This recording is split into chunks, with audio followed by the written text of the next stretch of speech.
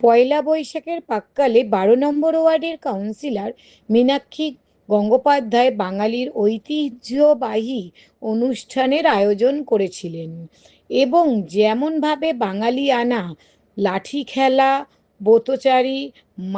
মাছে ভাতে বাঙালি এবং মাছের জন্য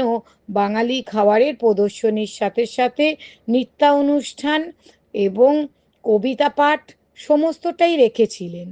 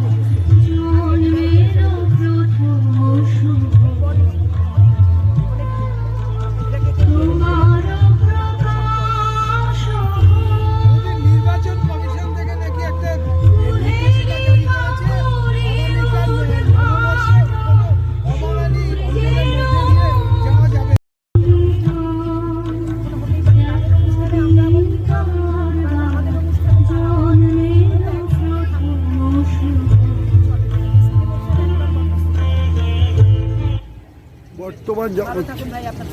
দিদি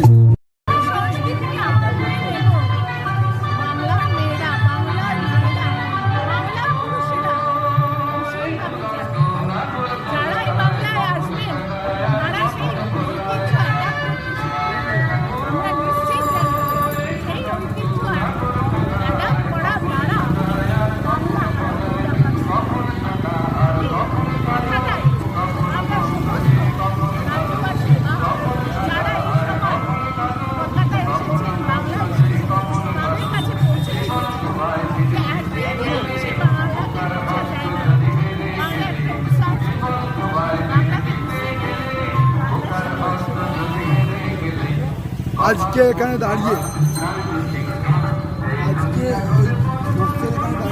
বর্তমান জগৎ কি বার্তা দেবেন?